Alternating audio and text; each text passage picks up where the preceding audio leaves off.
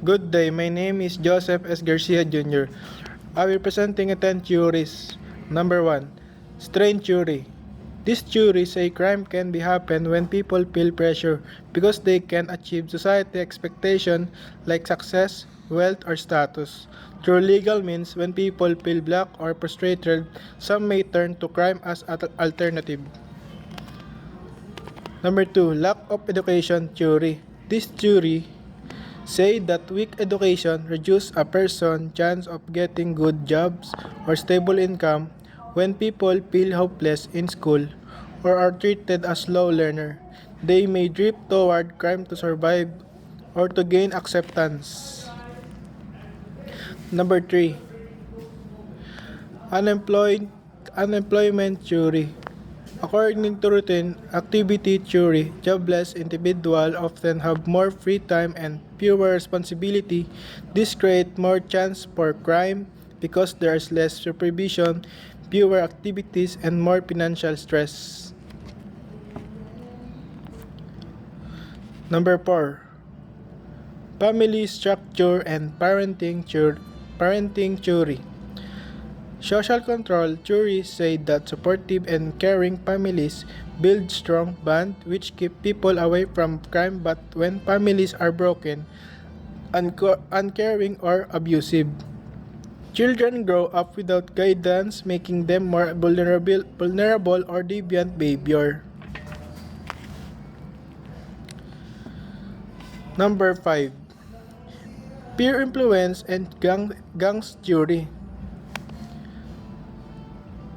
Differential association theory say people learn crime the same way they learn good behavior through interaction. When someone spends time with friends who commit crimes, they absorb this attitude and behavior, especially during adolescence.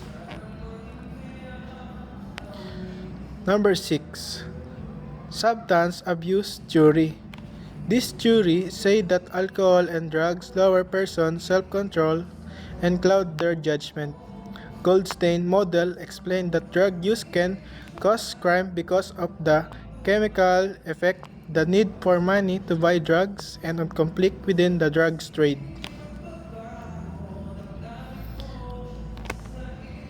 Number 7. Urbanization and neighborhood disorganization theory. This theory say crime growth is communities there where social ties are weak, place with high poverty, rapid population, and maintaining safety, making it easier for crime occur. Number 8. Psychological mental health issue theory. This theory says some mental or personality disorder make it harder for a person to manage emotion or follow rules. Conditions like antisocial personality disorder can increase criminal tendency. Still, most people with mental health issue do not commit crimes. Number 9. Cultural and media influence theory. This theory said that media and culture shape how people think and act. When someone grows up seeing violence on TV, online, or in their community, they may start to believe that crime is acceptable or normal. Number 10.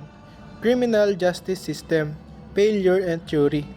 This theory say that unfair policing and harsh punishment can push people deeper into criminal behavior. When someone is labeled a criminal, they may face discrimination, fewer opportunities, and social rejection, making reoffending more likely.